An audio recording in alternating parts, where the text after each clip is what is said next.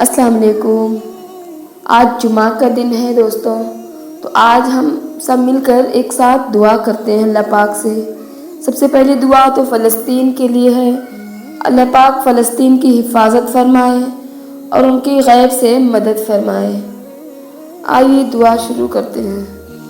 یا رب العالمین، جن لوگوں کی شر سے میری نیکیاں ضائع ہوتی ہیں، جن کی وجہ سے میرا نامہ اعمال برباد ہو رہا ہے، ان کی سوچ، ان کا ذکر بھی میرے دل و دماغ سے نکال دے، ان کی کوئی بھی چال مجھے نہ دکھا۔ اے اللہ، میں نے اپنا معاملہ تیرے سپرد کر دیا، تو بڑا بے نیاز ہے۔ دل سے دعا، خوشیاں، عزت اور سکون زندگی کو خوبصورت بناتی ہیں۔ اللہ تعالیٰ آپ کی زندگی میں ان تینوں نعمتوں میں سے ایک کی بھی کمی نہ آنے دے۔ اللہ آپ کو سلامت رکھے۔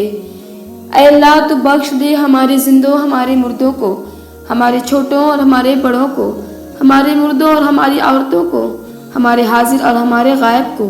اے اللہ، تو ہم سب میں سے زندہ رکھے جن پر ایمان زندہ رکھ، اور ہم میں سے جس کو موت دے اسے سلام اسلام پر موت دے مولا۔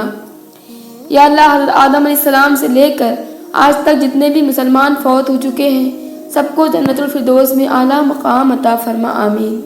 یا اللہ، دنیا میں اپنے سوا کسی کا محتاج نہ کرنا مولا۔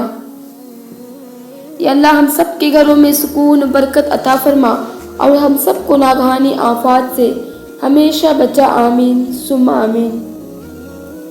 نصیب بدلنے پر لوگ کہتے ہیں ہوتا تو وہی ہے جو نصیب میں لکھا ہو۔ اللہ پاک قرآن میں کہتے ہیں تم مجھے پکار کر تو دیکھو، میں نصیب بدلنے پر پوری طرح سے قادر ہوں۔ اللہ پاک ہمیں ایمان پر سلامت رکھے۔ اے اللہ، مجبور لوگوں کی مجبوریاں ختم کر دے، اپنی رحمت کے صدقے ہر گھر میں خوشیوں کی بارش عطا کر دے، آمین۔